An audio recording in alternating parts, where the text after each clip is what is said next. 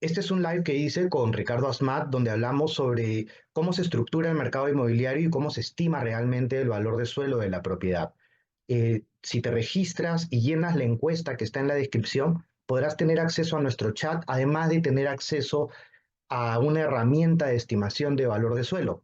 Entonces, regístrate en nuestra comunidad para poder darte más información de las capacitaciones, las casuísticas y las herramientas que vayamos a ir publicando dentro de la incubadora inmobiliaria. Antes de entrar un poco ya al tema, es que justo nosotros con Fernando estamos trabajando en lo que es una incubadora de proyectos inmobiliarios. ¿Ok? Esta incubadora de proyectos inmobiliarios lo que busca es acercar mucho más el conocimiento del tema de todo lo que involucra poder desarrollar un proyecto inmobiliario, desde las personas que de repente tienen un terreno hasta las personas que se dedican netamente a generar un desarrollo inmobiliario ya como una unidad de negocio, como una empresa. Entonces, ¿cuál es el motivo de este live? Es que queremos compartir mucho este conocimiento para que las personas puedan involucrarse un poco más en este sector, sepan exactamente. Consulten el chat. Aquí hay personas que de repente dicen, oye, tengo un terreno, en la familia hay una propiedad, pero no sabemos qué tipo de proyecto poder desarrollar. Coméntanos en el chat si de repente están en esa situación o han visto de repente algún familiar en esa situación en la que de repente por ahí heredaron el terreno de algún familiar, ustedes mismos tienen una casa, de repente por ahí ya los hijos se fueron, entonces tienen la necesidad de por ahí de repente poder ver cómo poder hacer que ese proyecto o ese inmueble les pueda generar un ingreso, justo es lo que vamos a conversar un poquito más sobre ello, ¿ok? Entonces, Fernando, no sé si quieres acotar un poco más respecto a Claro, esto, claro, objetivo de la incubadora. claro. Mira, bueno, primero que nada, hola, gracias por conectarse. Pucha, veo que hay de todos lados del Perú. Yo he estado el año pasado y, bueno, la verdad, toda mi carrera viajando por todos lados, estudiando y analizando del norte al sur, del este a todos lados, ¿no? Y he encontrado de que, pucha, la realidad que el desarrollo inmobiliario tradicional tiene es muy distinta a la realidad de todo el Perú. Y también lo que hemos visto es que hay muy poco conocimiento de cómo uno puede entender cuánto vale un bien inmueble y cómo vale un bien inmueble. Justo la idea es explicarles eso, ¿no? Cuáles son las reglas de juego, por qué es que algunas cosas funcionan de cierta manera, por qué a veces funcionan de otra, cuál es el proceso, ¿no? Para finalmente entender cuál es el precio y cuál es el mejor negocio que le puede sacar a esa propiedad. Claro, para que también entremos todos en contexto, Fernando Velarde es un especialista en todo lo que son estudios de mercado para los proyectos inmobiliarios. Entonces, ha desarrollado ya más de 1.700 estudios de mercado para poder identificar cuál es el mejor uso que le podrían dar de repente al proyecto, si de repente la idea que tiene el desarrollador o la persona propietaria es la adecuada y si es que de repente va a tener la velocidad de venta.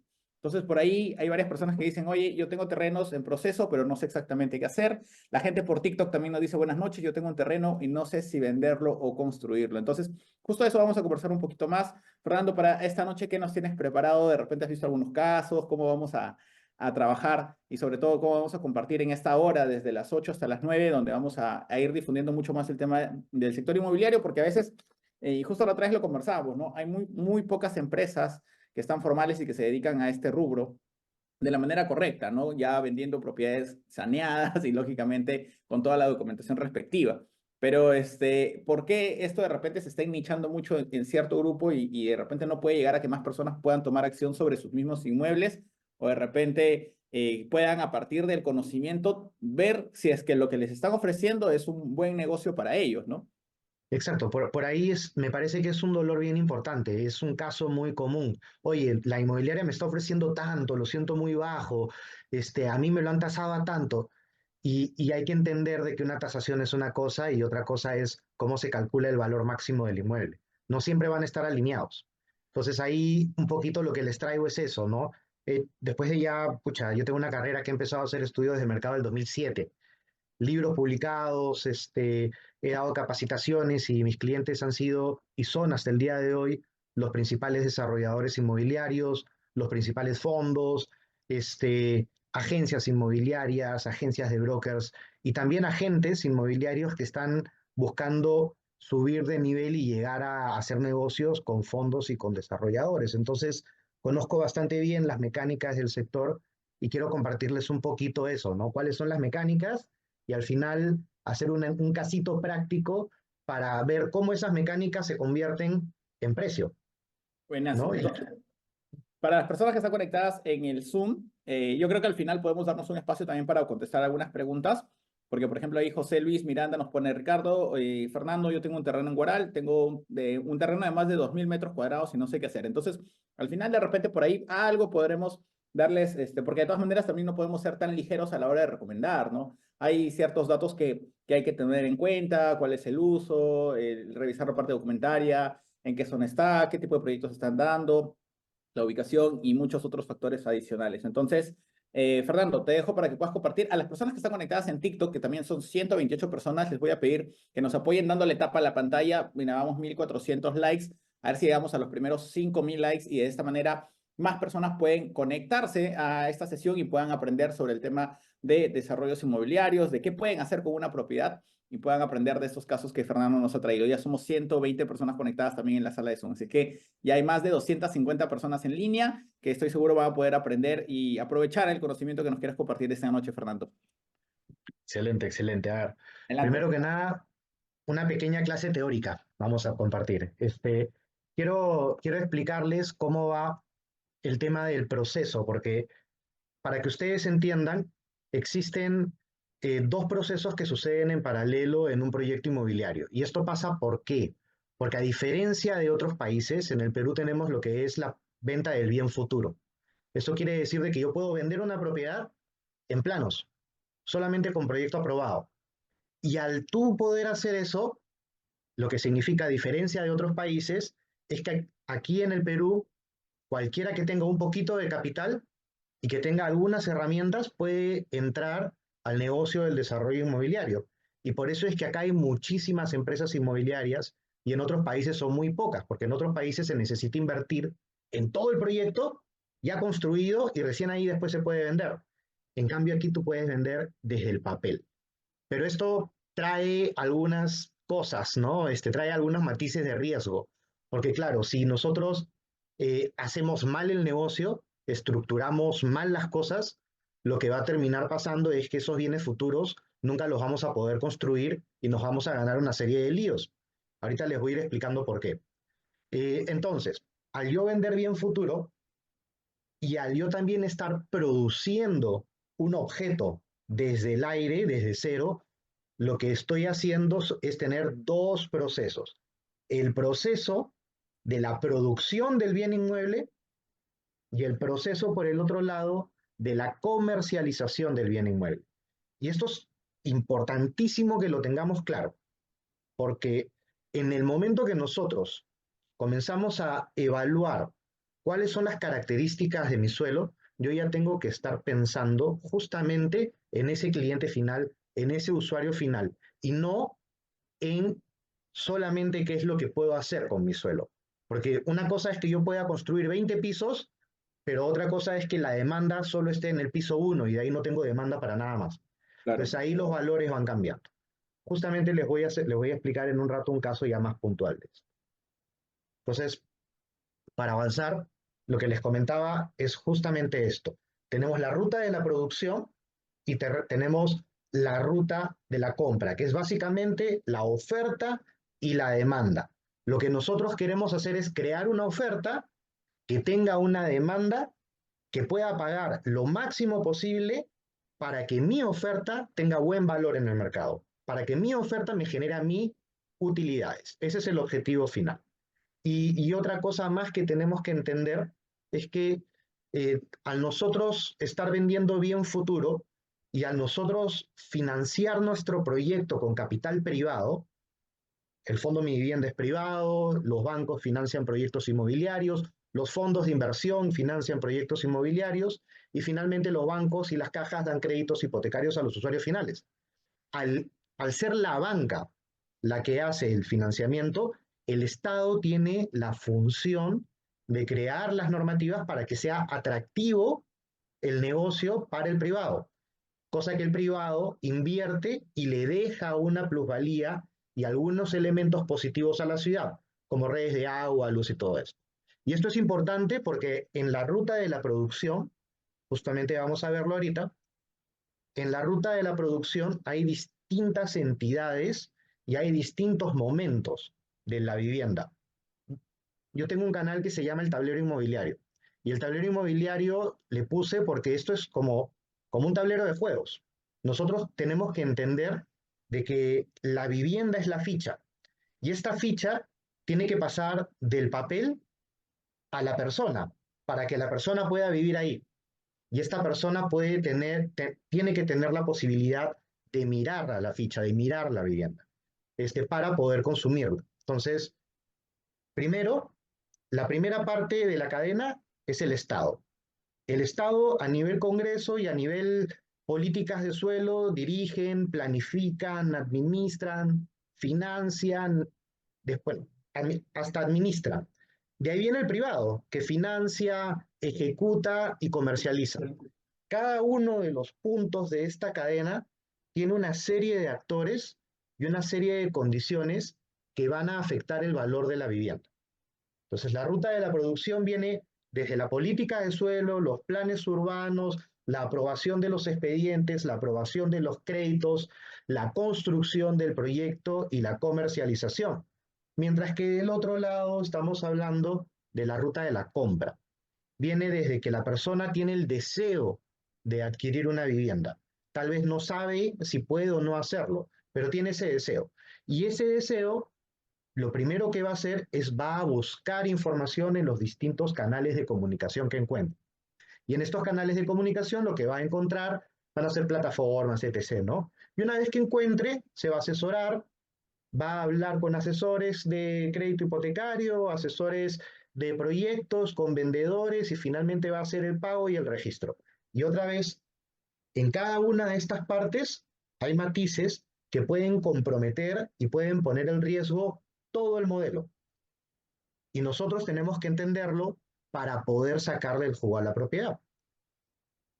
Hasta ahí, Fernando, podemos regresar a la anterior lámina. Quería preguntarles a las personas que están conectadas, Claro. por ejemplo, ¿en qué parte de la ruta se ubican? Por ejemplo, en la ruta de producción, si de repente tienen una propiedad y todavía están sin alguna idea de qué poder hacer, de repente pueden estar en el origen, ¿no? Si de repente ya empezaron a planificar o a buscar financiamiento, ¿en qué parte de la ruta se identifican? O si de repente están del lado del comprador, también es bueno saber. De repente están en la comunicación, están buscando una propiedad, ya están buscando una asesoría, como para también conocer y de repente más adelante poder profundizar en qué parte de repente podemos ir tallando más de acuerdo a dónde se encuentran las personas que están conectadas en esta noche. Entonces, por ahí, Es un buen ejercicio, ¿no? Porque claro, ahora que voy a detallar cada parte, que presten especial atención y que anoten las preguntas para poder avanzar con eso. claro que sí. Por eso, por ejemplo, ahí José Luis Miranda dice, aún no me dan el título de propiedad, probablemente se encuentra en el origen todavía. Entonces, las demás personas que están conectadas, las más de 168 personas que están conectadas, ¿en qué parte se ubican? Eso es importante. Por ahí, Milgar Fernando dice que se encuentra en la ejecución. Entiendo que está en la ruta de la producción y se encuentra en ejecución. Entonces, está interesante. Milgar, si de repente por ahí en el chat nos puedes comentar dónde está tu proyecto, qué tipo de desarrollo estás haciendo, sería interesante como para poder ir comentándolo. Ok, por ahí dice en la ruta de la planificación, estoy obteniendo planos para conseguir los permisos, dice Fernando Colana. En la comunicación, personas que de repente también están buscando comprar. Estoy pagando mi terreno, eso ya está en la sección de pago. Perfecto. Quiero comprar mi departamento o terreno, dice Dora, entonces también está en la intención de la comunicación. Las personas que están en TikTok también sería interesante que puedan participar y si de repente ven muy pequeño esto de aquí, el enlace lo encuentran en mi perfil de Instagram para que puedan unirse a la sala de Zoom. Ok, ya ha comprado lotes por ahí, desde Ayacucho, perfecto. Entonces, mira, esto es importante para que las personas, a raíz de identificarse, conforme vayamos desarrollando los temas, van a poder saber exactamente cómo poder abordar o cómo pasar al siguiente nivel también, que es lo importante. Entonces, vamos avanzando con eso, Fernando. Quería ver más o menos cómo está el público también y si estaba entendiendo o sobre todo ubicándose, que es lo importante. ¿En qué punto te encuentras? ¿A qué punto quieres llegar? ¿Qué es lo que te falta para ir avanzando? Puedes preguntarlo al final de esta sesión. Vamos, continuamos, Fernando. Gracias. Excelente, excelente. Bueno, empezamos con la ruta de la producción. Espero se me esté escuchando bien. Por ahí me pareció leer un comentario de que no se escuchaba. En todo caso, ¿me validas, Ricardo? Sí, sí, está todo bien. Lo que pasa es que hay personas que a veces se unen al Zoom y todavía no conectan su micrófono, pero es cuestión de ahorita les escribo de todas maneras para que puedan hacerlo. Perfecto, perfecto. Entonces, yo les había hablado de la primera etapa, ¿no? La primera etapa es los que dirigen la estrategia, los que dirigen la política de creación de toda la cadena de producción. ¿Y esto qué significa? Significa de que va a estar el Ministerio de Vivienda, el Congreso, va a estar el Ministerio de Economía y Finanzas, y también van a haber algunos entes reguladores más como la SUNAT, la SUNARP, el BCRP, que van a tener alguna injerencia en este sector. ¿Por qué es importante entender quiénes son los actores y qué hace cada uno? Porque si en este momento, en el momento del inicio de la cadena, hay un cambio de reglas, es decir, cambia una ley que hace de que cambie la jerarquía de la decisión municipal, donde ya no es la local, sino la provincial la que decide, cambia totalmente la dinámica del mercado y cambia también la forma como se evalúa el lote. Hace poco hemos tenido una controversia en Lima de los alcaldes que no querían vivienda de interés social. Esto de acá lo que ha pasado en la práctica es que terminaron reduciendo la productividad del suelo porque cambiaron la ley, cambiaron la norma, y no solo eso, eso generó de que la vivienda, los lotes, se devalúen hasta en un 25%. Y no solamente que se devalúen, sino que pierden palanca de negociación a la hora que tú quieres vender el terreno y viene un desarrollador, el desarrollador dice, oye, tu distrito es volátil, como tu distrito es volátil y hay todo este problema, tú tienes que poner tu terreno a riesgo. ¿Y esto qué significa? Que no van a tener liquidez si es que quieren hacer esa operación, sino que van a tener que asumir el mismo riesgo que el desarrollador y van a tener la liquidez en el proceso de ventas. Entonces, entender quién y qué se está haciendo nos ayuda a tomar la decisión de qué estrategia de búsqueda de suelo voy a captar. Por ejemplo, se hablan de los proyectos de infraestructura del megapuerto Chancay. Eso de ahí tiene que venir de la mano con el siguiente paso, con los planes urbanos. Y el Ministerio de Vivienda está trabajando la política para poner agua, porque uno de los principales problemas de expansión urbana de Chancay tiene que ver con el agua. Entonces, eh, nosotros vamos a hacerle seguimiento a las diferentes entidades para ver si cumplen con los hitos que se necesitan para que se active la demanda donde yo quiero invertir. Digamos, tren eléctrico. Eso de ahí sería, en todo caso, estar haciéndole seguimiento a la autoridad de transporte urbano. En la segunda capa, ¿no? Hemos visto que son varias capas. En la segunda capa, una vez que el ministerio, una vez que el gobierno, una vez que el Congreso crea las leyes, el ministerio crea los reglamentos, por ejemplo, en el primer paso se dice, vamos a priorizar la vivienda de interés social. En el paso 2 se crea el reglamento de vivienda de interés social por parte del ministerio. En el paso 3, que es este, viene la planificación urbana. Esta planificación urbana lo que hace es el Instituto Metropolitano de Planificación crea a nivel provincial, porque ahorita es a nivel provincial, los planes urbanos y los consulta con los distritos. Estos planes urbanos idealmente deben de venir con investigaciones académicas, con colaboraciones, con trabajos de entidades no gubernamentales, apoyo de entidades internacionales, para tener las mejores estrategias de ocupación de suelo.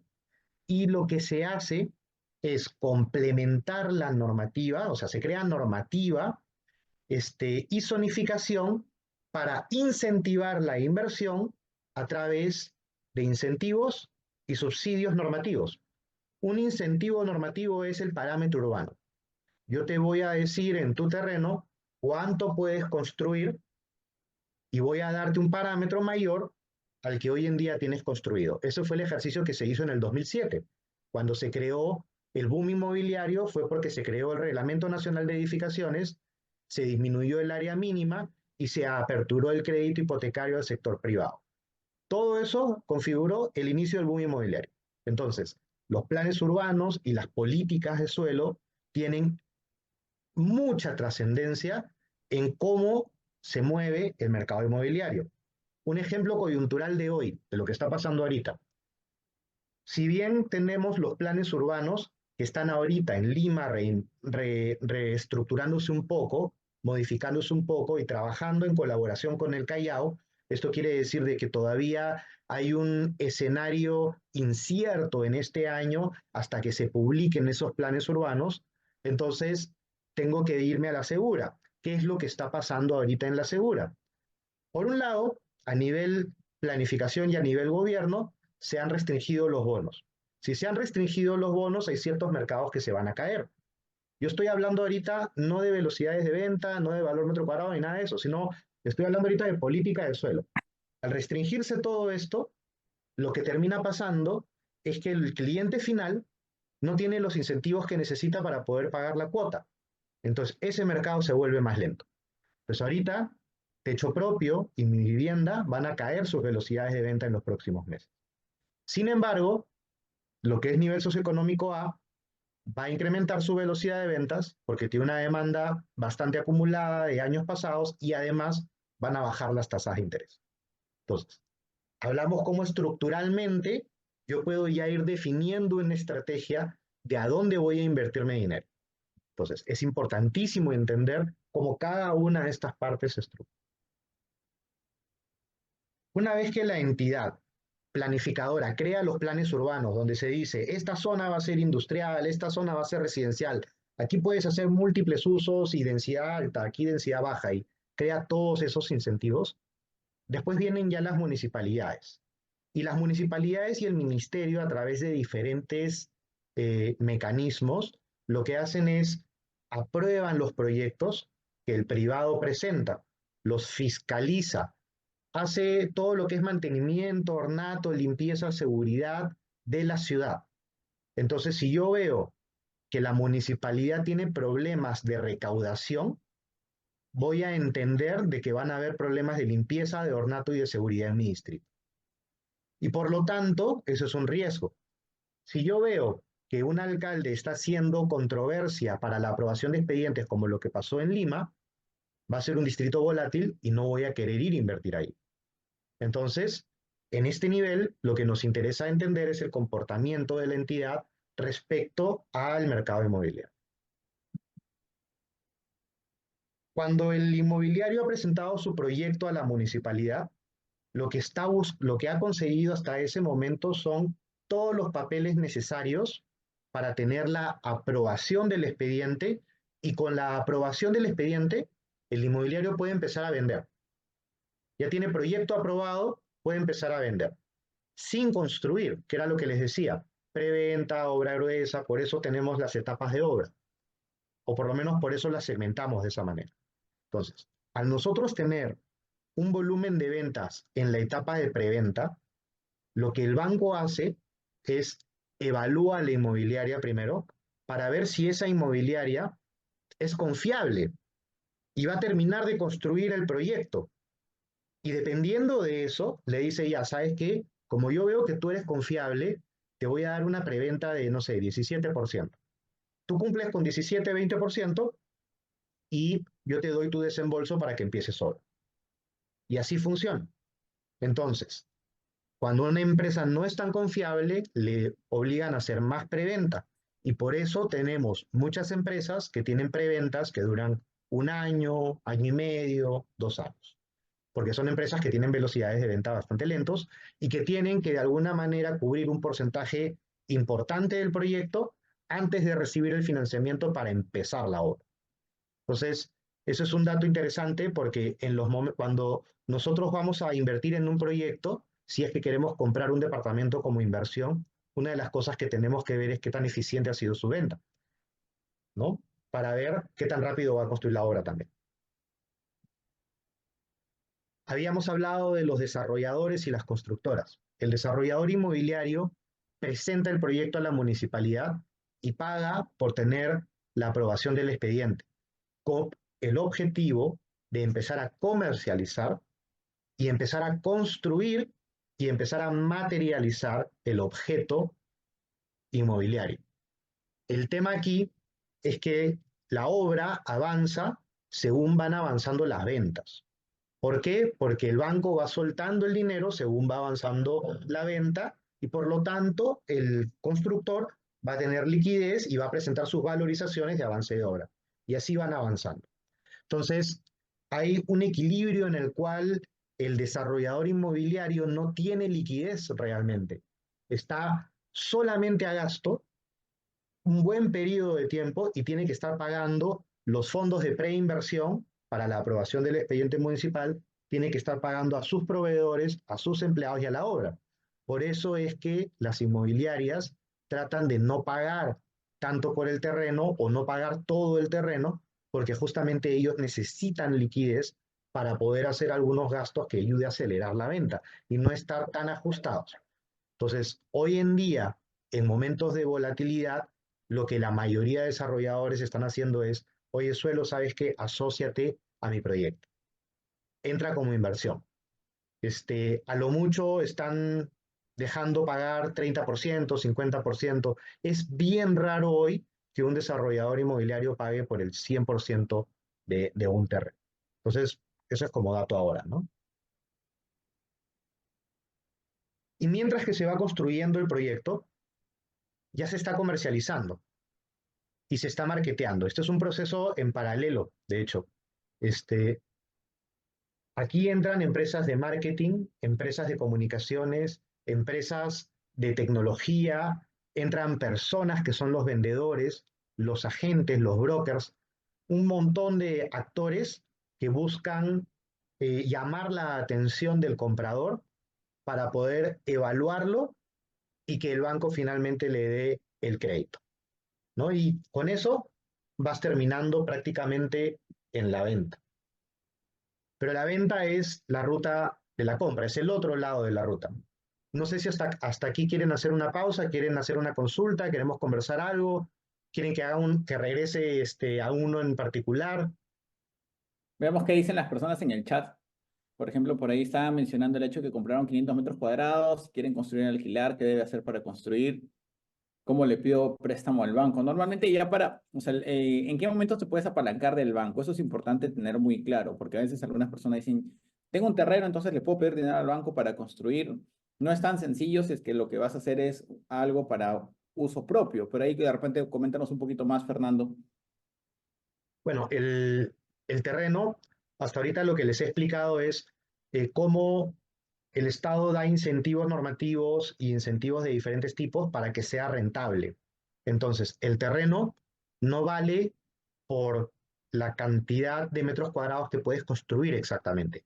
Vale por la cantidad de metros cuadrados que puedes vender y además el precio de ese, ¿cómo se llama? De ese metro cuadrado vendible. Es decir, si yo estoy en una zona comercial, en un terreno urbano, que me permite hacer comercio zonal y puedo hacer 20 pisos, pero a la hora que voy a la zona no vive ni una familia en la zona, no puedo hacer comercio porque nadie me va a comprar locales comerciales. Ahí tendría que evaluar qué otros usos puedo hacer y que valgan, que tengan buen precio de mercado. Entonces, para responder un poco a la pregunta, es dependiendo de la ubicación, de la edificabilidad, pero también de la dinámica de la ciudad para poder determinar cuál es tu demanda. Entonces, lo primero que habría que hacer es eso. Si estamos hablando, me parece que eran 5.000 metros cuadrados, conjunta de capitales, ya están inscritos en registros públicos, estamos realizando el proyecto de luz, agua y desagüe en Arequipa. Interesante, porque ya están haciendo toda la preinversión y la habilitación urbana. En este caso, significa que este es un proyecto saneado, es un proyecto que van a poder vender lotes independientes. Fernando, ahí Eh, yo tengo una consulta personal, porque sí, ahí menciona Milgar y dice, oye, ya tenemos el terreno urbano de 5.000 metros cuadrados y están inscritos en registros públicos y estamos realizando el proyecto de luz, agua y desagüe. O sea, era un proyecto, era un terreno que no se está haciendo una habilitación urbana, porque ya es el terreno urbano, entiendo yo. Porque no, para lo que que tengas pasa es que tú obvio. puedes estar dentro del casco urbano y no ser urbano, porque no Ah, hiciste el cambio de uso. ok, Por ejemplo, el polo, el golf, son ya. terrenos rústicos en zonas urbanas. No han hecho el cambio de uso. Y ¿Y qué tampoco significa? viene a Cuando ser haces el cambio de uso, te obligan a ponerle las factibilidades de servicios, que ese es agua, luz, si tienes que ponerle una subestación hay que dejar el espacio, todas esas cosas. Entonces, en este caso, debe ser un terreno que está dentro de la zona de expansión urbana, eso se le llama el casco urbano. Si está dentro de la zona de expansión urbana que la municipalidad consigna, es un terreno urbano. Pero esa zona de expansión urbana puede estar alejada del casco urbano, que es donde está construida la ciudad. Entonces, en Arequipa, imagino que esto es un terreno que está un poquito lejos del casco urbano o cerca, pero que todavía no había llegado a hacer el cambio de uso ni la habilitación del agua y de luz, ¿no? Ok, buenas. Entonces, ¿qué les sugeriría a ellos? Si están en este proceso, significa que ellos ya tienen un estudio de mercado. Imagino que tienen una estrategia comercial. Yo diría que cuando terminen de actualizar y de inscribir y de esta etapa de habilitación urbana, que hagan una actualización de cuáles son los precios de mercado y cuáles son las estrategias comerciales que están funcionando en ese momento, porque ahorita el mercado está relativamente volátil. Entonces, para mí eso sería algo que tendrían que hacer apenas tengan la habilitación terminada. Sí, Guaral tiene problemas serios de agua y luz y de especulación urbana. Avanzo entonces, Ricardo, con la ruta de la compra. Sí. Bueno, la ruta de la compra es un poco más corta y es un poco más familiar para todos, ¿no? Eh, ¿Alguien está rayando por acá? No te Creo que preocupes, soy yo. te apoyo con eso. Ahí está. Sí, ahí está. Entonces, la primera etapa, como dije, es una vez que tú ya identificas que tienes el deseo o la necesidad de adquirir, vas a buscar. Entonces, la primera etapa es principalmente compilación de información, que es comunicaciones. En esta etapa están todas las plataformas web, las redes sociales, todos los medios de difusión y las empresas que los trabajan, ¿no? Empresas y personas. Cuando tú vas buscando en estos medios, vas encontrando varias opciones. A veces vas a campo también, pero vas encontrando varias opciones. Y siempre va a surgir la pregunta, ¿cuánto es lo máximo? O sea, ¿cuánto es lo máximo que me puedo comprar? ¿Cuánto es lo máximo que puedo invertir? ¿O cuál es la casa más grande que puedo comprarme para mí? ¿No? O sea, siempre uno quiere sacarle el jugo a su inversión. Entonces, para eso, lo que uno hace es, va normalmente donde los asesores, que pueden ser los asesores de bancos, los brokers hipotecarios, agentes inmobiliarios también, que te hacen corridas financieras y te dicen cuánto es tu capacidad crediticia, cuál es tu capacidad de endeudamiento para un crédito hipotecario, que es una aproximación en función a la información que tú le has dado a esta persona y en función al registro que ustedes tienen en Infocorp y diferentes plataformas. Entonces, lo que hacen estas personas es aplican herramientas y les dan un ratio. Y ya con eso, ustedes pueden empezar a segmentar, ¿no? La persona que quiera comprar comienza a decir, ya, hasta aquí puedo, hasta aquí no. ¿Por qué es importante entender esto? Porque si nosotros vamos a comercializar, tenemos que entender cómo funcionan estas herramientas. Tenemos que entender quiénes son los actores y mis alianzas estratégicas para poder tender esos puentes que me ayuden a acelerar el proceso de ventas. Porque en esta etapa no es la comercializadora de la inmobiliaria ni del proyecto inmobiliario. Es una etapa de comunicación previa todavía. Después de que te asesoras financieramente, que también pueden ser los mismos agentes los que te asesoren, después de eso viene el proceso de cierre. Y el proceso de cierre es cuando ya con el agente negocias, llegas a sentarte con el desarrollador o con el propietario y ya tienes todo para decir, ya me interesa. Y firmas con el banco, ya estás empezando y ya estás tramitando el desembolso. Entonces aquí son los agentes, brokers y las empresas comercializadoras y o inmobiliarias.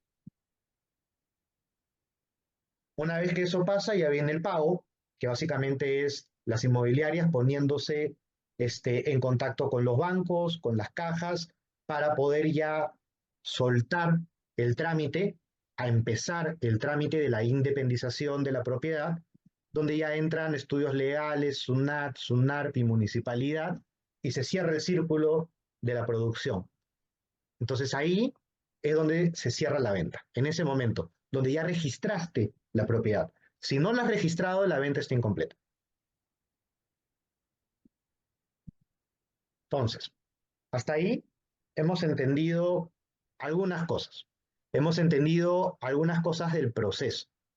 Lo que les voy a mostrar después tiene más que ver con cómo en- se aplica en una primera etapa este conocimiento para estimar el valor del suelo, que no es una tasación en este caso, es una herramienta más para cálculo de productividad.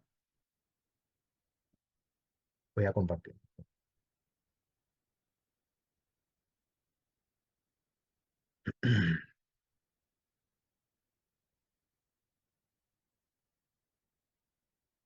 Por ahí, un segundo, que le bajo el zoom. Por ahí Edith hizo una pregunta bastante interesante. Dice, buenas noches, ¿cómo saber si la inmobiliaria es confiable? ¿No? Usualmente siempre se consultan eso. ¿Cómo saber si es que la inmobiliaria es confiable o no es confiable? Mira, yo siempre pido de que muestren la cantidad de proyectos que han hecho hacia atrás. Por un lado, eh, hay muchos saltos de cambios normalmente. Antes había muchos cambios de marcas por un tema de que cada proyecto tiene que ser una razón social, pero ahora las empresas inmobiliarias, por lo menos las grandes, lo que buscan es sostenibilidad en el tiempo de su marca. Por lo tanto, buscan tener una marca paraguas y cada proyecto tenga una marca debajo de eso. Entonces, por eso es que antes tal vez había eh, una empresa con el nombre del proyecto, pero ahora es una empresa de la empresa paraguas con el nombre del proyecto. Entonces cambia un poquito la figura. Antes eran personas, ahora ya es empresa. ¿Y eso qué significa? Significa que hay trazabilidad y hay una historia. Tú, tú buscas que la empresa tenga mínimo 4 o 5 años en el mercado. Ese es número uno. Número dos, si tiene más de un año, buscas que tenga un proyecto por lo menos casi terminado. Tienes que verlo materializado, ¿no? Número tres, referencias en redes sociales. Es bien importante ver qué es lo que la gente comenta de esas inmobiliarias y buscar también si es que hay algunas noticias por ahí de las personas, no la inmobiliaria, de las personas que están comercializando y representando el proyecto. Entonces, eso también es importante, porque es muy distinto la persona que representa el proyecto al representante legal de la empresa. Y la persona que representa el proyecto es la que está poniendo su reputación en juego. Entonces, de esa persona queremos saber sus referencias, que no siempre es la misma empresa, a veces son subcontratos de la inmobiliaria. La inmobiliaria no siempre vende. La inmobiliaria, su principal función es desarrollar valor. Y desarrollar valor consiste en captar un suelo, hacer un análisis eficiente para sacarle el jugo en el producto a ese terreno, para sacarle la máxima productividad posible en el mercado. Esa es la función del desarrollador. Y dentro de esa función, su propósito es siempre estar buscando suelos y siempre estar estructurando oportunidades. En, en cambio, los comercializadores lo que están enfocados es de estar llamando la atención de las personas que están interesados en comprar inmuebles y todo el tiempo están haciendo eso y además están tratando de llevar esas personas al cierre. Eso es una chamba de por sí sumamente compleja y de tiempo completo, como para distraerse buscando suelo y estructurando suelo. Entonces, por eso es que se suele hacer separado. Y por eso es que hay que saber de la comercializadora para que sepamos de que tanto la comercializadora como la desarrolladora son empresas confiables. Eso me parece importante resaltar. No sé si acá están pudiendo ver el Excel que está proyectado, si Las, necesitan que amplíe un poco. las personas que están en TikTok, de todas maneras, los invitamos a que vengan a la sala de Zoom. El link lo encuentran en mi perfil de Instagram. O me mandan un mensaje a mi Instagram, quiero entrar al Zoom y les mando el enlace. De todas maneras, yo acá atrás le pongo una pantalla que sí se ve súper pequeña, pero ellos le pueden meter Zoom. De todas maneras, pero lo ideal es que se vengan a la sala de Zoom. Ya vamos 230 personas en sala de Zoom, así que vamos bastante bien. Sí, bastante bien. Bueno, este ejercicio es una interpretación rápida, es un ejercicio rápido, no es una cabida, ¿ok? Es un ejercicio rápido para estimar el valor máximo y el rango de negociación para un terreno. Es un terreno en Arequipa, justo había un caso en Arequipa, pero en este caso está dentro de la zona urbana consolidada de la ciudad. No puedo decir exactamente dónde, sí puedo decir que tenía 2.330 metros cuadrados aproximadamente Y aquí hay una curiosidad, porque el terreno estaba sobre una avenida y sobre un callejón, ¿no? Y el parámetro urbano te dice, sobre la avenida puedes hacer 6 pisos y sobre calles solamente puedes hacer 4. Entonces, como el frente menor del lote daba la avenida, se asumía que la mayoría del proyecto iba a tener solamente 4 pisos. ¿Ok? Entonces, eso fue algo que se había asumido. A la hora de hacer la consulta con un arquitecto especialista, se encontró el sustento que el callejón no califica como calle, que es un servicio, y por lo tanto no cuenta como frente. Y si no cuenta como frente, se le podía aplicar 6 pisos a todo el terreno, lo cual es importantísimo porque sube 30% el área construida y eso también incrementa significativamente la productividad. Pero ahora hay algunas matices más, ¿no? Nos dicen que podía tener 35% de área libre y es un estacionamiento cada 3 viviendas. Por eso es que acá estoy poniendo el área del terreno, la cantidad de pisos 6, un 35% de área libre y la cantidad de estacionamiento.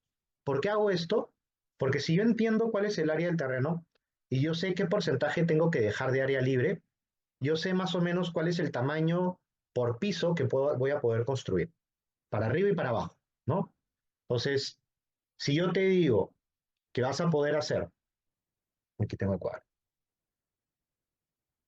que vas a tener que dejar 815 metros cuadrados de área libre, vas a poder construir por piso 1515 metros cuadrados. Esa es la sombra del edificio, lo que se proyecta sobre el terreno. Eso es lo máximo que puedes construir sobre ese terreno. Más que eso, es ilegal. Pero eso lo puedes construir o en 4 pisos o en 6 pisos. Como ya hicimos la consulta con un especialista, nos dijo que se podía hacer 6 pisos, proyectamos con 6 pisos. Entonces, estos 1515 por 6 pisos me va a dar el área construida total. Y como les dije en un principio, cada terreno vale por su capacidad de producción. ¿Ok? ¿Cuál es la capacidad de producción de este terreno?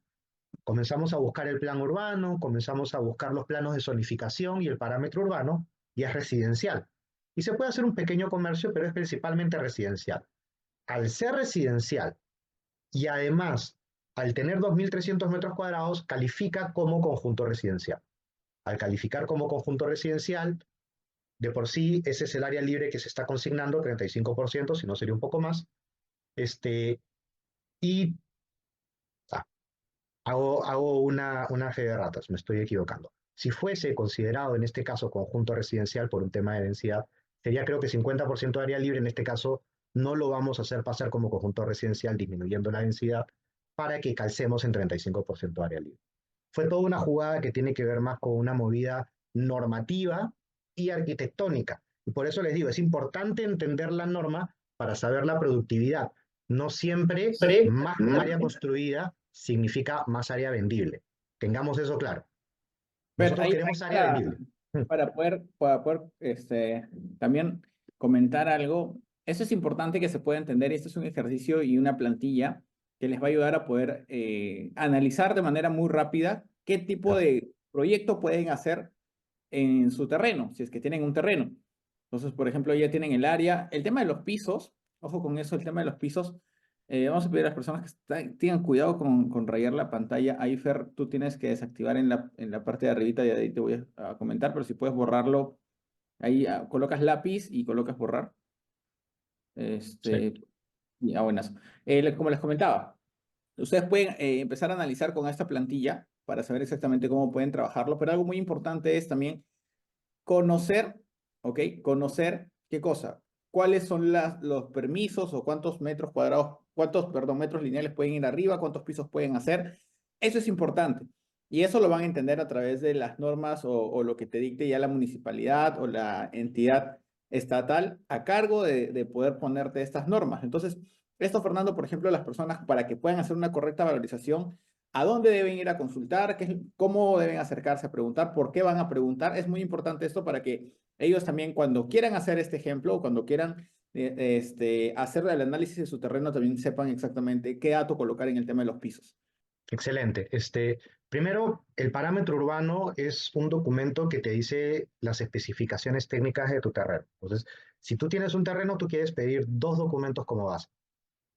Obviamente lo primero es hacer el due diligence legal y ver que toda la documentación legal esté en orden, de que registros públicos, municipalidad, que las áreas coincidan, de que no haya una serie de elementos que pueden haber como superposición, otros propietarios, N cantidad de cosas. Entonces, una vez que tú revisas que la documentación está bien, pasas a solicitar los parámetros urbanos y linderos. ¿Qué son los linderos? Es el dibujo del bordecito de mi terreno. Si tengo 10 de frente por 20 de fondo, son 200 metros cuadrados. Si tengo 15, los linderos lo que van a decirme es qué cosas puedo hacer ahí, qué indicadores tengo que aplicar. En el parámetro urbano, lo que me va a decir es el área del terreno, me va a decir la cantidad de pisos o metros lineales que puedo hacer para arriba.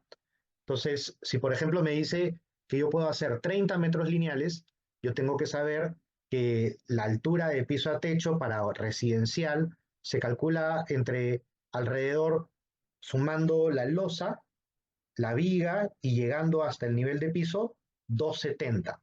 O sea, del piso 1 al piso 2 debería de haber 270, del piso 2 al piso 3 debería de haber 270. ¿Eso qué quiere decir? De que si me dicen que tengo 27 metros lineales de frente, yo podría decir que puedo hacer 10 pisos. O sea, 27 metros lineales de altura. Yo podría hacer 10 pisos. Pero de ahí hay algunos matices más, como por ejemplo, me dicen que yo puedo hacer un semisótano donde el primer piso no puede superar el metro 20 de altura. Ah, ok. O lo puedo bajar hasta metro 50 de altura. Ok, entonces yo puedo hacer tal vez no 11 pisos, tal vez 12 pisos en esos 27 metros lineales. Entonces ahí hay algunas cosas más, algunos matices más finos para calcular ya el detalle. Pero lo que nos interesa es saber eso, cuánto es lo máximo de altura y cuál es la máxima ocupación, y con la altura y la ocupación comienzo a aplicar algunos factores de corrección que son ratios básicamente, que ya por la experiencia lo sabemos, lo hemos trabajado, y que me dicen cuántos metros cuadrados vendibles puedo desarrollar. Entonces, como les decía, al aplicarle la cantidad de área libre, yo saco la cantidad de área construida, y con esto saco la cantidad de área construida sobre rasante, el total de metros cuadrados construidos para arriba. Aquí lo que estoy aplicando es un factor de corrección. En este caso es un factor de corrección holgado. Lo que estoy diciendo con ese factor de corrección es que el de estos 9.090 metros cuadrados voy a destinar el 15% a áreas comunes. Por lo tanto, no las puedo vender. Si no las puedo vender porque son áreas comunes, no son áreas vendibles. Entonces no la puedo contabilizar como área vendible. Entonces voy a castigarlo. Por eso es que multiplico mi área vendible por este 85%.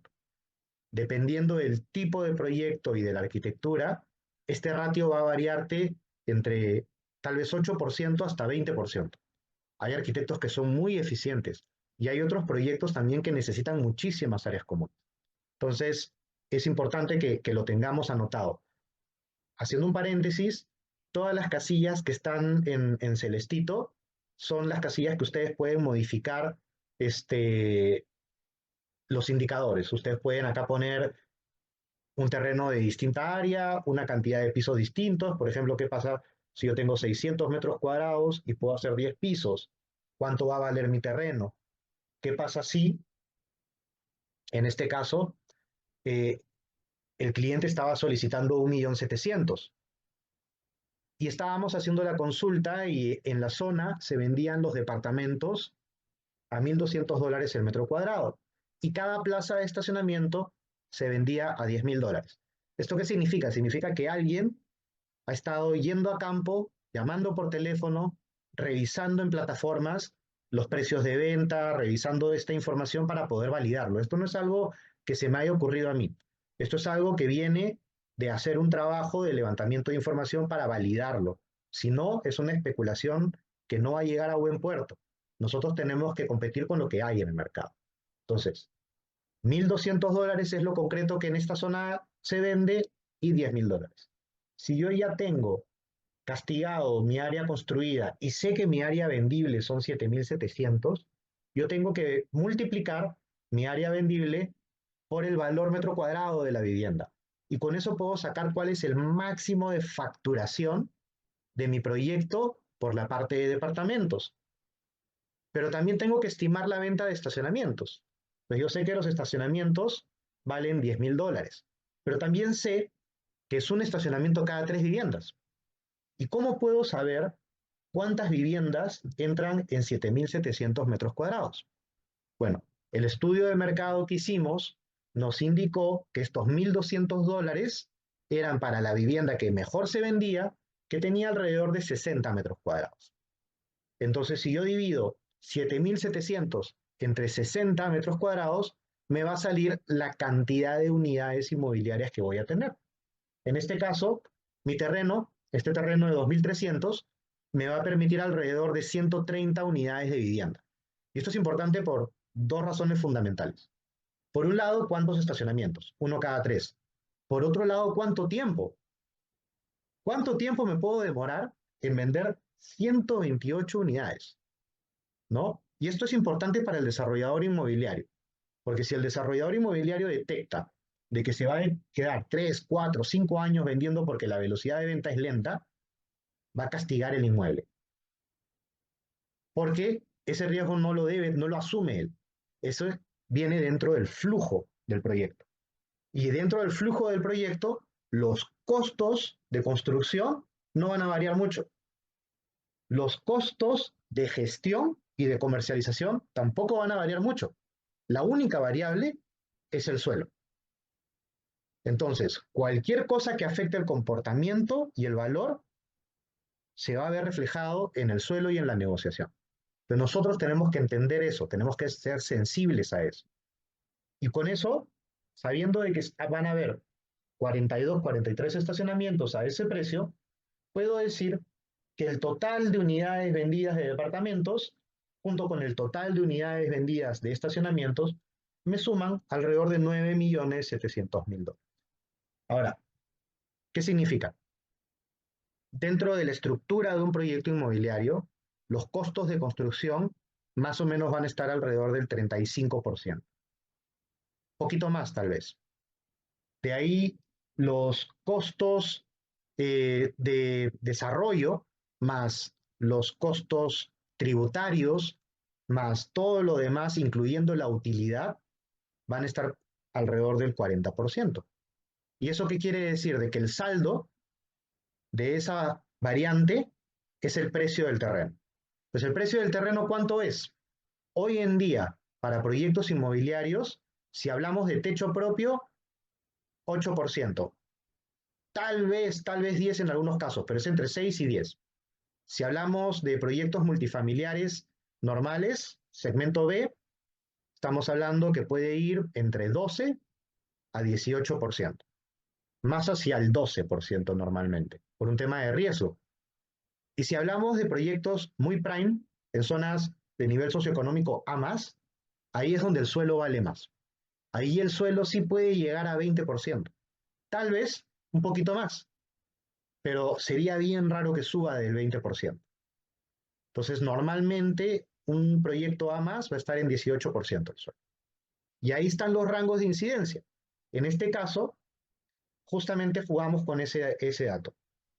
Dijimos, ¿qué pasa si yo voy a pedir el mínimo? O sea, el mínimo que mi terreno vale por la zona donde estoy es 12%.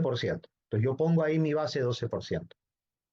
De ahí yo pongo cuánto está pidiendo por el terreno hoy el cliente. Equivale a un 18%. Mm, y esta no es una zona muy prime. Entonces tal vez está pidiendo mucho. ¿Y cuánto sería ideal a mercado actual y a los costos de construcción? Que más o menos era un dato de justo los $624 por metro cuadrado, que está ahí, que justamente me calzaba en el 15%. ¿Qué quiere decir esto? Que si el cliente quiere pedir cash efectivo por su terreno, va a tener que pedir debajo del 12% del total de facturación. Si el cliente quiere ganar más del 12%, va a tener que aportar una parte del terreno a riesgo. Si el cliente quiere llegar a 18%, va a tener que participar prácticamente del 100% del riesgo del ejercicio. O sea que no va a ver su dinero hasta después de que termine o que se esté avanzando el ejercicio inmobiliario a valorización de venta. Entonces, eso nosotros lo tenemos que entender por varias razones. Si tenemos terrenos chicos, si tenemos terrenos grandes, este es el ejercicio rápido para definir mi estrategia de negociación. Mínimo, máximo y cuánto. ¿Y por qué? Porque acá se sustenta con mercado, con productividad. No es una tasación de 3, 4 o 5 unidades que se han especulado de mercado. Esto es productividad puntualmente. Y así es como los fondos de inversión, así es como los bancos, así es como los desarrolladores inmobiliarios, como los brokers que ya tienen algunas millas también, evalúan los terrenos. Entonces, si ustedes son dueños de un terreno de 100, 200 metros cuadrados, 300 metros cuadrados, y viene alguien a darles una oferta, estos son los parámetros que ustedes deberían de estar esperando. Si reciben menos que esto, pueden negociar. Si reciben más, ¿por qué? Hay algo que no estamos evaluando o entendiendo. Hay una oportunidad que se me está escapando. Y ahí hay que hacer doble check con un experto. Hasta ahí sería interesante preguntarle. Por ahí Diego Rivera dice, disculpe, pero no entendí toda la última parte sobre los porcentajes de incidencia, ¿no? Para sacar el Dale, valor por metro cuadrado. dale. Mira, estos porcentajes son el porcentaje que el terreno debe de participar dentro del total de facturación del proyecto. Por eso el ejercicio de un lado, donde hallamos el total de facturación del proyecto. ¿Y estos, por qué es que funcionan así? Porque los costos de construcción van a ir entre el 30 a 35% de este total de facturación. Los costos de gestión van a ser alrededor de o la gerencia del proyecto, un 5%, la comercialización, un 3%, el financiamiento, 1,5%, arquitectura, 2%, especialidades, 2%, y así hay una serie de cosas que te llevan hasta un 35-40%. Entonces, si tienes por un lado que mínimo un 30-35% va a ser la construcción, y por el otro lado que los impuestos, los costos indirectos, los subcontratos y todo lo demás va a estar también por ahí, alrededor del 40%, lo que te queda de saldo es el valor del terreno. Y eso quiere decir de que finalmente vas a estar por debajo del 20%. A la hora que haces las sumas y restas, porque acá lo que me estaba faltando era el interés financiero del levantamiento de capital para el prefinanciamiento que también incide. Entonces, hay una serie de costos, y los costos municipales también.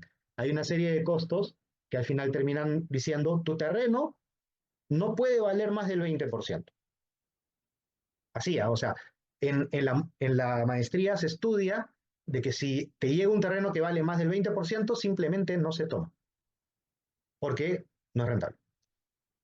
Si es menos, hay que ponernos en dónde. En niveles socioeconómicos más bajos, el terreno tiene menor valor, por lo tanto va a tener menos incidencia. En niveles socioeconómicos más altos, la ubicación tiene más valor, por lo tanto se permite llegar más cerca a ese 20%.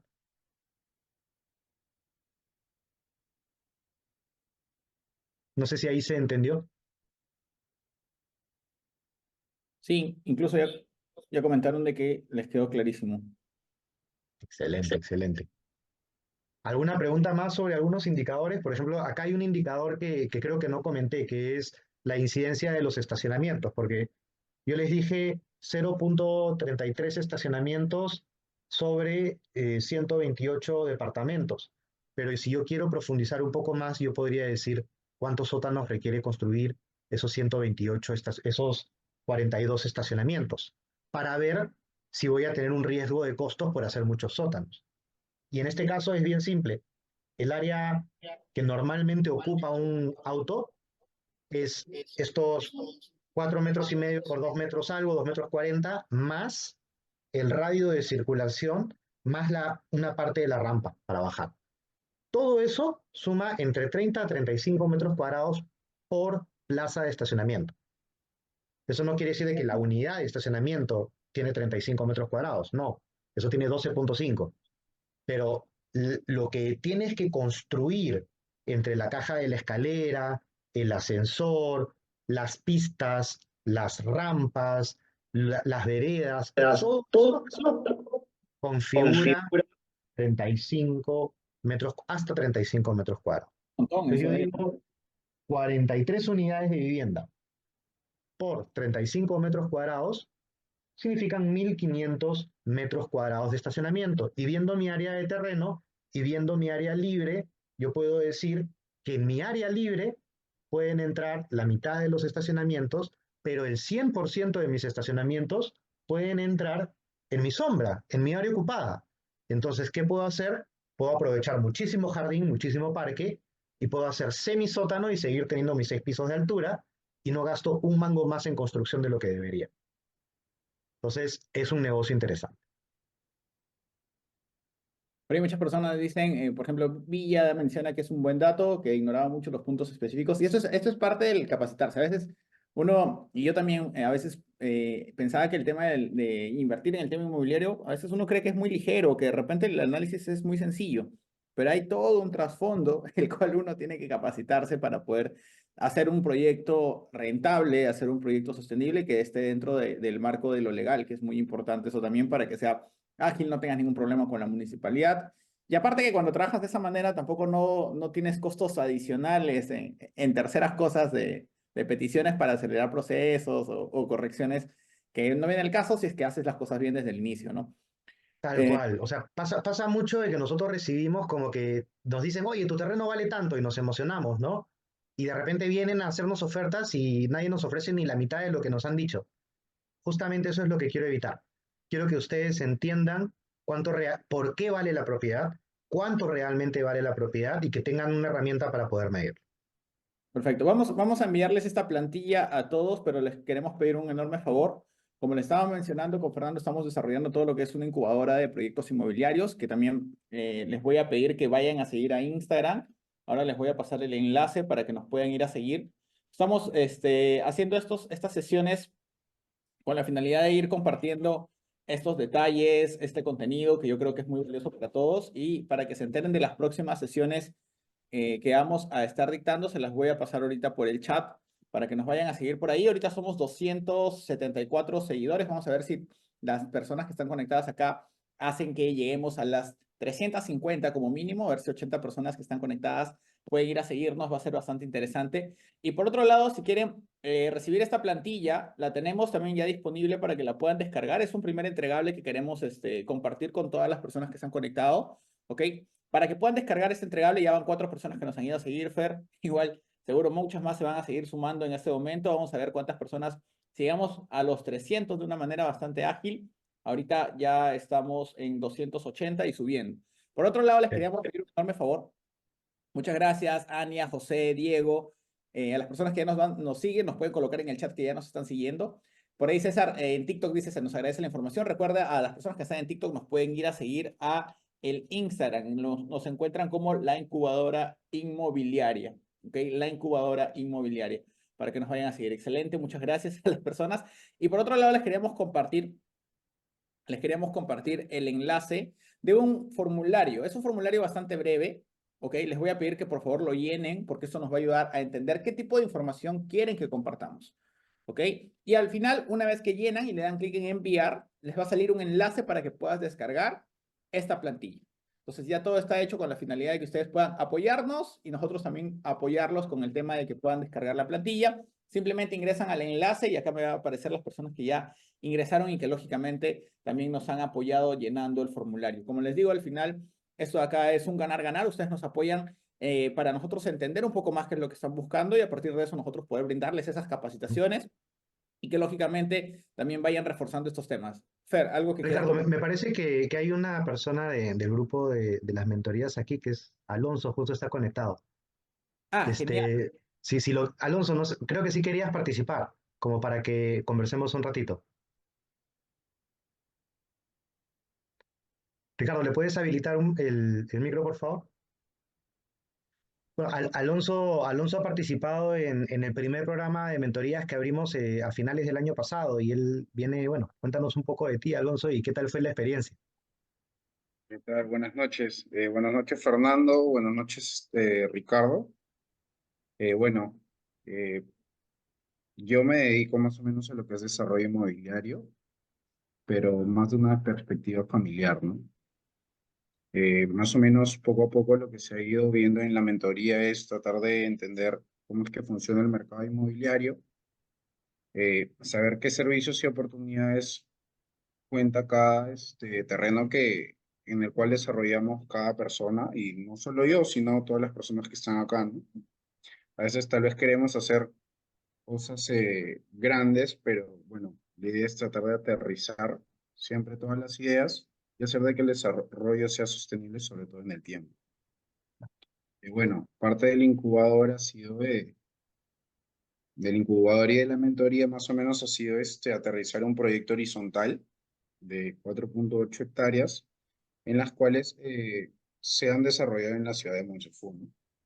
Entonces, en la mentoría lo que llegamos fue que tal vez habían unos servicios y oportunidades en los cuales de manera anterior, hace unos años, se habían escogido, pero se aterrizó con mucha data, con mucho esfuerzo, trabajo en equipo.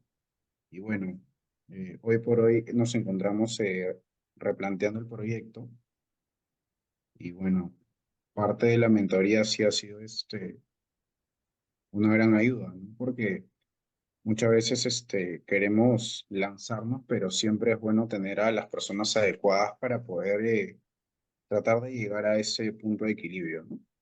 Claro, o sea, lo que yo he estado viendo en provincias es que hay muchas oportunidades, hay muchísimo desarrollo por delante, muchísimo por crecer, pero a veces hay poca, digamos, poco conocimiento de cómo resolver justamente estas oportunidades que tienen que ver con interpretación de normativas para sacar del jugo al terreno o para entender que un terreno simplemente no es un buen negocio.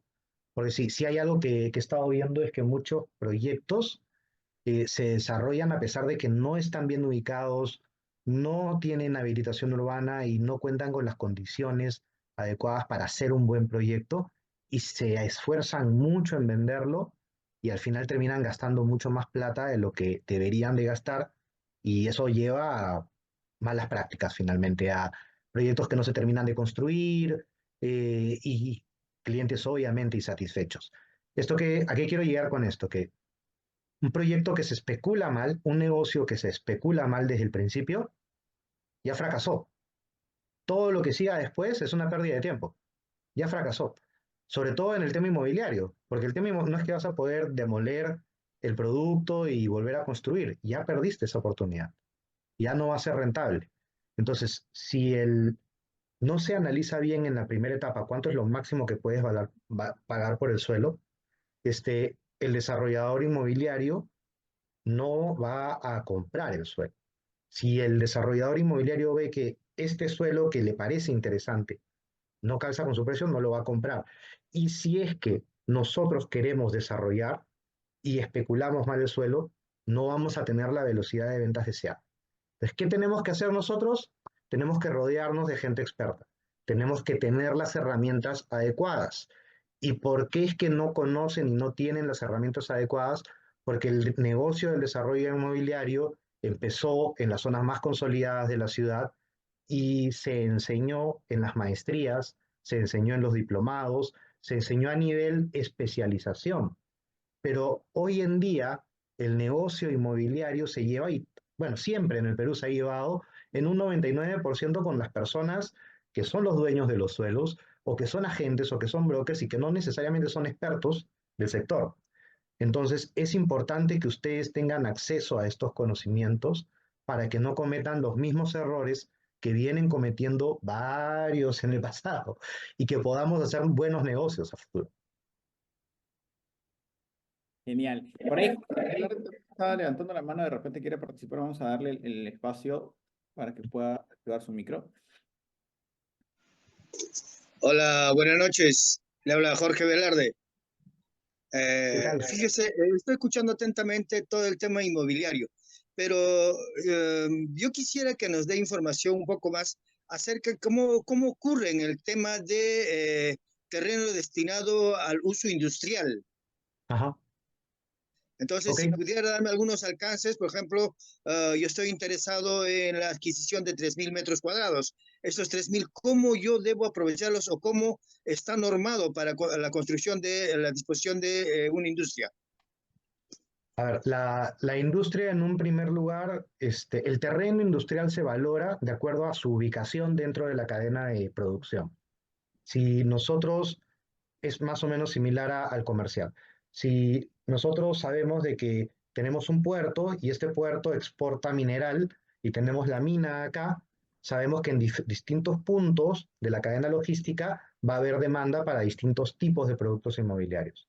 Si tú quieres invertir en 3.000 metros cuadrados de industria, mi pregunta sería, ¿para qué tipo de industria estás pensando o si ya tienes primero el terreno y quieres evaluar el terreno? Si tú ya tienes primero el terreno, es una perspectiva muy distinta a si tú quieres buscar terreno. Entonces ahí Ya tengo sería el la terreno, primera, ya tienes el terreno. así es. Entonces, ese terreno está dentro de la cadena de producción hacia los puntos de exportación o no está dentro de la cadena de producción y está alejado de la cadena de producción. O sea, Eh, carreteras. está cerca. Ahí tiene acceso a las pistas principales. Está ubicado en Callao, en Ventanilla Callao. específicamente.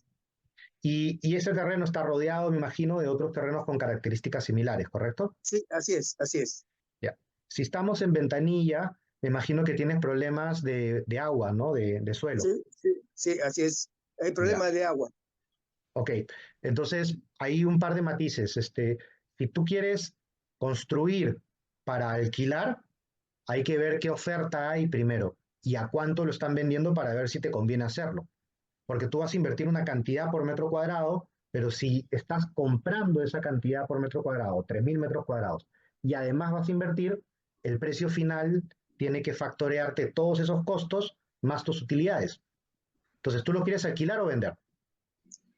No, para uso de la industria que quiero hacer. Yo quiero hacer la Ah, explotación de lo que es eh, carpintería y muebles en metal y madera. producción de muebles en metal madera. Ok, hay una zona bien interesante ahí en Ventanilla, producción de vidrio también. Sí, así es. Estás por ese sector, ya está la zona Afirma. determinada. Ok, Ajá. ya, mira, voy a saltarme algunos pasos más y voy a hacerte un análisis rápido. Disculpa. Lo primero es que esta sea una zona bien interesante, que sus principales problemas tienen con acceso de agua, acceso de ¿cómo se llama?, Desagüe también. desagüe y seguridad, ¿no? Tienes Ajá. esos tres problemas. Tu segundo problema tiene que ver con vialidad, que tengas buenas pistas para tu producto y que vas a tener a futuro bastante más tráfico vehicular.